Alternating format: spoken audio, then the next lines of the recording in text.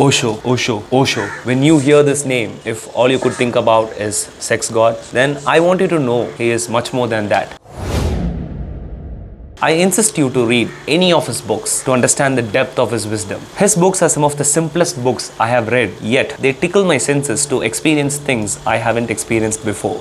We know that happiness is being simple, and being simple is not that easy. There is no point in unearthing and scrutinizing about his personal life. But let's see if what he says makes sense. If you're still interested in the cult he formed, in the experiment he failed, or in his controversies, I would suggest watching Wild Wild Country on Netflix, or you can just Google it. Now let's dive deep into the discourse. Yes, he has never written a single book. All of his books were transcribed by his people from his discourses, including this one.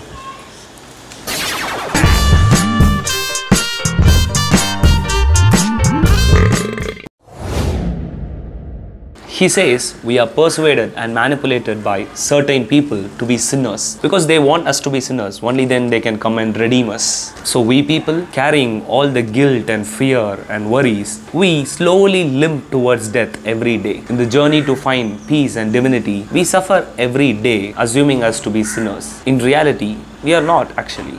Practice is bondage, doing things is bondage, so are rituals. Man's most important longing is freedom, yet he tries to attain freedom by doing things. Isn't it absurd? And how paradoxical it is, we see people crying to God to make them happy.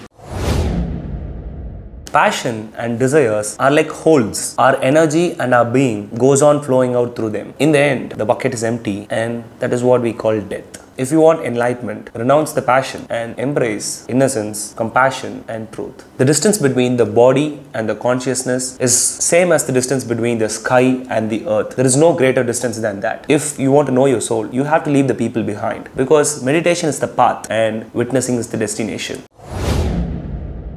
Everyone wants recognition. Existence has already certified us. Then whom are we asking for? Like beggars for these certificates? To the ones who are begging to us? No one can insult us if we are not looking for respect. And no one can make us a failure if we are not looking for success. What others say has become so important now that we do not have time to think about who we are. We just collect these cuttings from different people of what others say and what others' opinion are. And then we form the self-image of us.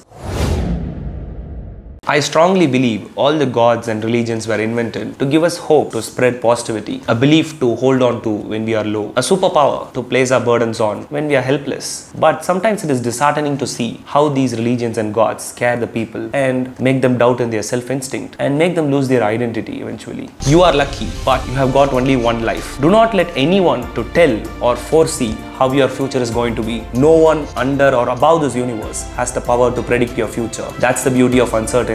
You have to live through it and you just experience it as it is. So Osho is an oasis to many and threat to the rest.